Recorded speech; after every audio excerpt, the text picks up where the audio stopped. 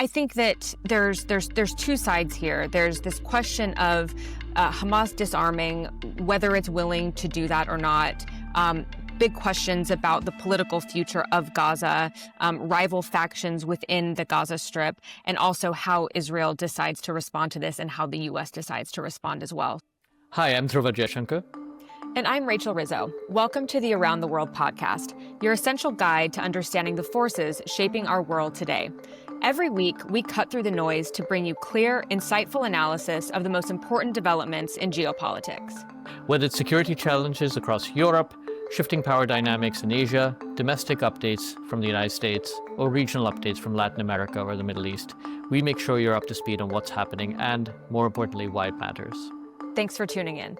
The big news story over the past 7 days or so has been President Trump's whirlwind trip to the Middle East. Yep. And a landmark announcement then, which he made, which is the first step towards what seems to be something much more broad, a sort of more durable solution to what has been a 2-year conflict. Maybe just start us off by talking about what exactly we saw happen between Hamas and Israel, a really quite significant development over the past few days. Yeah, I mean, it's hugely significant, but I think we have to give it some time to see actually how it develops. Now, of course, Trump is already taking a huge victory lap, saying things like this is transformative and it's a new dawn for the Middle East. But, you know, he's not the first president to say this about the region. And so I think we have to just take that in stride. But you're totally right. It's been a big week. There was a ceasefire agreement brokered by Trump in Egypt.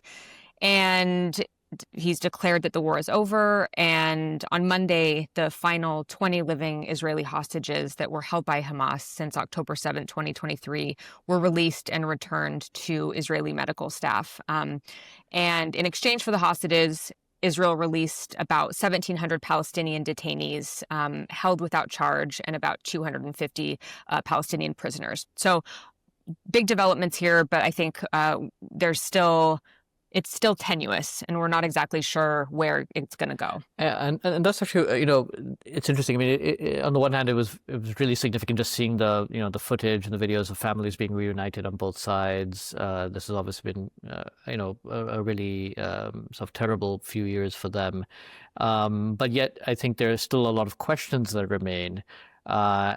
Including about still the continuing exchange of those hostages, right? I mean, there's still, I think, a few who haven't been identified and some bodies that are difficult to reclaim. Yeah, and this is where we're already starting to see the potential fractures in this very delicate ceasefire. Hamas was supposed to return all living and deceased hostages within the first 72 hours, but they've handed over only about a third of the remaining 28 deceased hostages at this time. And basically, Hamas is saying that it needs special equipment to access the remaining remains, because they're buried under rubble. And you can already see the Israelis starting to say that this is Hamas trying to sidestep the ceasefire agreement. At the same time, what we've also seen is Israel restricting humanitarian aid entering Gaza. So there's only about 300 aid trucks entering instead of the agreed upon 600. And the Rafah border with Egypt remains closed due to the dispute over deceased hostages. So still, I mean, already a few challenges. And it seems like in Gaza, there's been some violence not involving Israel that has erupted between different factions. And on the Israeli military preparations also seem to be continuing. Is that correct? Yeah, it is. And I think this is something to watch really closely. I mean, part of this 20-point plan that Donald Trump and his team, Jared Kushner, Steve Witkoff, came up with, one of the points of that was that Hamas has to disarm itself. And now I think the big question is it willing to do that? Who else would be the governing body in Gaza, if not Hamas? If they did disarm, who would they disarm to? I mean, where are all these weapons going to go? And what is really the driving force behind Hamas making that decision? And so I think there's a lot of questions that are left on the table. President Trump has also said that Israeli forces could resume fighting in Gaza quote, as soon as he says the word, if Hamas doesn't uphold the ceasefire. So I think that there's two sides here. There's this question of Hamas disarming, whether it's willing to do that or not. Big questions about the political future of Gaza, rival factions within the Gaza Strip, and also how Israel decides to respond to this and how the U.S. decides to respond as well. So I think that we can have delicate celebrations at the moment, but understand that this is just the start of a very long road ahead. And what are we to make of the meeting? I think it was in Sharm el-Sheikh in Egypt, where Netanyahu wasn't there. Trump presided over a number of leaders, European leaders, Macron, Keir Starmer came for that. A number of Arab leaders came for that. And what are we to make of that ceremony as well? Well, I think, we're on the heels of a major meeting in September, which was the UN General Assembly, and we have seen multiple European countries recognize Palestinian statehood. This has been a huge, not just geopolitical issue, but it has seeped into domestic politics around Europe as well. So we see a lot of support from leaders like Macron, like Keir Starmer, like Friedrich Merz in Germany, who really want to be a part of this potential ceasefire and potential future peace for this region. Now, again, I think that Donald Trump really sees himself as the center of these discussions. And in many ways, I think he is. I mean, I think that he and his team deserve credit here. But again, as I've said before, this is only the framework. This is only the start. And it's going to take agreements, and it's going to take effort on many sides, not just Israel and Gaza, but the U.S. and European leaders as well, to really bring this forward. So lots to watch, and we'll keep an eye on it over certainly the next few weeks and the next few months. But another, shifting the topic a little bit, that's sort of what's going on in the Middle East, and it's taking up a lot of the news space. But we're here based in Washington, and a big conversation for us has also been on the economic front. All these geopolitical developments in the Middle East are happening at the same time as this U.S. China trade war seems to be resuming. So maybe we can shift gears a little bit and extrapolate sort of what those geopolitical tensions have meant for this U.S. China trade war and what you're watching on that front economically. Yeah, the two conflicts obviously that have continued to preoccupy a lot of people's time and attention, which is the Middle East war, obviously between Israel and Gaza, but that has now spread across the region in various ways to affecting Israeli strikes on Iran and Yemen, and has had wider implications. And then, of course, the Ukraine war that continues. But I think the big geostrategic trend to be watching, which doesn't get the front pages, obviously, is really what's taking place between the U.S. and China. Yeah. And these are the two largest economies, largest militaries, or most potent militaries in some ways around the world, that are jostling for power internationally. And yet, what's somewhat ironic is that the bilateral trade volume between the U.S. and China is huge. It's $1 trillion, massive bilateral trade. It is also very unbalanced trade, and this is important because this is something that Trump has really made an issue, which is the U.S. has a large trade deficit, a goods trade deficit with China. Because of the competition between them, growing competition between them, both are trying to, in their own ways, decouple from each other and de-risk in critical areas where they realize that they have vulnerabilities on each other. China has certain vulnerabilities. They need certain items from China, from the United States. They need market access in certain areas. And then similarly, the U.S. has some critical vulnerabilities. And just to give a sense of how complex these interdependencies are, the integrated supply chains, we're talking, you buy an electronic item in the United States or anywhere in the world today, or advanced machinery of any kind, and it's quite likely, just to give examples, that this has been precision manufactured and assembled in a place like Taiwan or Korea. which in turn is based on equipment made in Germany or the Netherlands or Japan, which in turn relies on raw materials that are processed in China or Ukraine or the United States, but which is then mined in Chile or Congo or Japan or China. And all of this relies on software that's sometimes designed by a U.S. headquartered firm and coded by coders in India, right? So this is a very complex, integrated global supply chain that results in certain items that are critically needed, whether it's an average consumer or whether it's a sort of advanced, military or otherwise sensitive equipment, right? So this is, I think, the backdrop to the kind of decoupling we're starting to see. Well, so just to follow up on that, I think it was Treasury Secretary Scott Bessent this week who was doing an interview. Obviously, it's the IMF World Bank annual meetings here in DC this week, and he was doing an interview, and he said this economic competition, this is not China versus the United States or the United States versus China.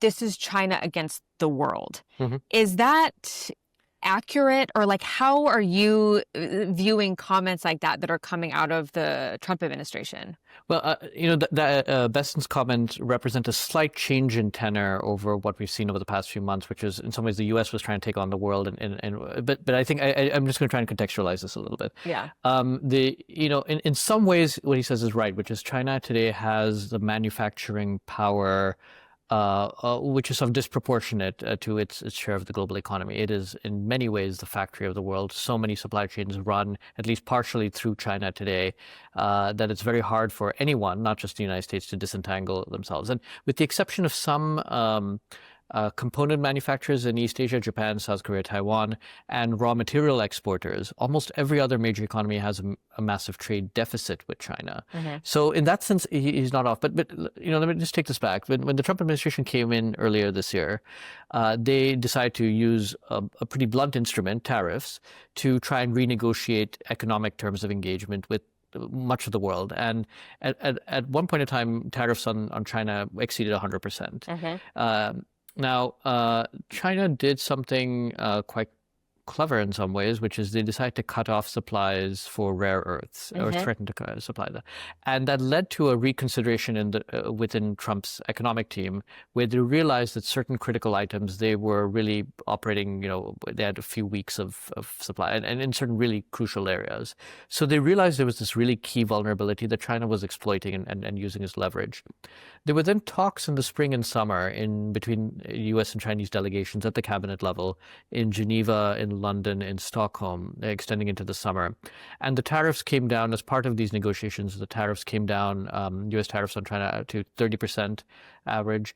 The U.S. also resumed advanced semiconductor exports to China, which is something that was quite controversial, even amongst many Republicans in the U.S. In September, there were a round of talks in Madrid, and what appears to have happened is the two sides agreed to a kind of ceasefire until Trump and Xi met in person, and they were expected to meet in Seoul on the sidelines of the APEC summit, that's coming up soon. And the two sides appear to believe that they had an understanding on a few critical areas of contention, on rare earth exports from China, on advanced chip from the United States, on the sale of TikTok in the United States, and on tariffs. Now, so China was hoping for this pause until Xi and Trump met. And then a couple of things happened quickly, which was one, the U.S. Commerce Department expanded its entity list, which is a sort of list of countries that require a license for export. Got it. Companies. And then the other thing is they separately, they were looking at increasing and applying this fee on Chinese ships docking at U.S. ports. And China believes that this was kind of a violation of this understanding that they had brokered, and has now tried to exert leverage on rare earths and pretty sweeping potential restrictions. So Beijing believes it has the upper hand here, and this is, I think, why tensions have kind of escalated in the past week or so.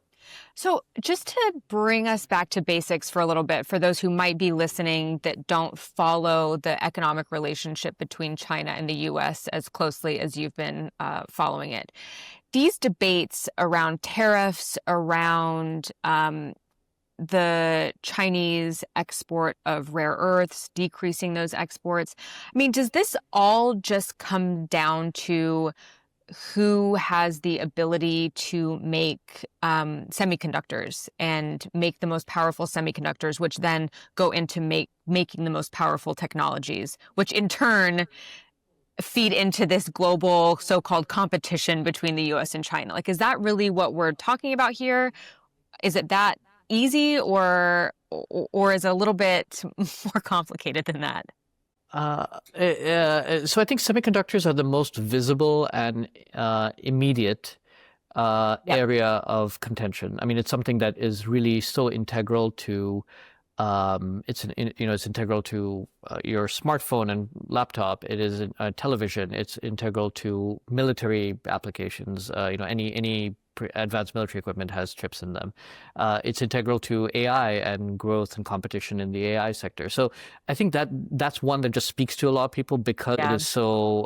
But it is actually representative of a deeper, more underlying issue, which is to what extent, in what ways can the United States continue to depend on Chinese manufacturing and supply chain? Again, it's completely down the supply chain in certain areas. There are these vulnerabilities, and similarly, China's asking the same question: where are we vulnerable to the United States? Mm-hmm. And so the challenge is that de-risking, and de-risking there's a slight nuance here. De-risking would involve identifying sort of certain key areas and focusing on them, whereas decoupling is a sort of a more ambitious, widespread, not trading with each other in various ways. Yeah. And I think now there's a realization that de-risking is more probable, that both sides are going to be much more focused rather than trying to completely decouple from each other.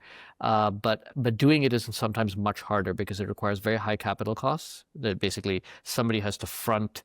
The U.S. is sitting on a lot of rare earths, but processing it requires environmental clearances. It requires buyers to commit to buying beforehand. It requires very high capital costs, which are, and is therefore very risky for an investor, a private investor. So it's much easier said than done, Mm-hmm. and that's what I think everyone's finding. Before we move on to the next topic, I mean, it's interesting to have watched this debate develop over the last 10 or so years in Washington. The big pivot to Asia was a huge part of the Obama administration, and every administration since then, Trump 1, Biden, Trump 2, has really focused on China and the Indo-Pacific, and has culminated in this real geoeconomic competition between the two sides. And Europe is also at the center of it because they rely so much on Chinese exports. They rely on exporting to China as part of their markets. Germany's car industry, for example, is a huge part of this. So I think it's something that we'll obviously be watching closely, talking about more in depth in the coming months. But it's an issue that is at the center stage of U.S. politics and European politics as well. Mm-hmm. Yep. And actually, just to wrap up, I think this week, a quick question for you on European politics. We've seen some turmoil in France, particularly, where you had a prime minister resign and then get reappointed, it appears, and then barely survive and no conference. What's going on there? Okay, so French politics are messy, so we can just like lay that down as the baseline. The French government has fallen a couple times in the last year or so, and this all stems from this decision back in summer of 2024, where Macron decided to dissolve parliament. And this was after a really poor showing of his party in the European parliamentary election. So he thought he wanted to dissolve parliament and give voters a chance to make their voices heard, potentially put the far right into parliament and see if they could govern. This has really backfired because it's just created an era of instability for Macron and for the government. So Sébastien Lecornu, who was the prime minister, his government fell. He was reappointed as prime minister by President Macron just days after resigning. he unveiled yet another cabinet on October 12th. This is France's fifth prime minister in under 2 years. I mean, it's pretty crazy. But I think what we need to watch closely going forward is, does this government hold? Does the cabinet hold? They're supposed to be presenting a 2026 draft budget next week. Let's see if that goes forward. And let's see how the fractured parliament, split between three ideological blocs, holds over the coming weeks and months. So it's probably worth like a full episode. It's probably worth a full deep dive sometime in the next couple of weeks. But something worth watching, and we'll be taking a close look at it in the next few days to see what happens with this new government and whether it holds or not. Thanks again, Rachel. It was great talking to you, and thanks for joining us on Around the World this week. Absolutely. Thanks, Dhruva, and thanks to all of our listeners. See you next week.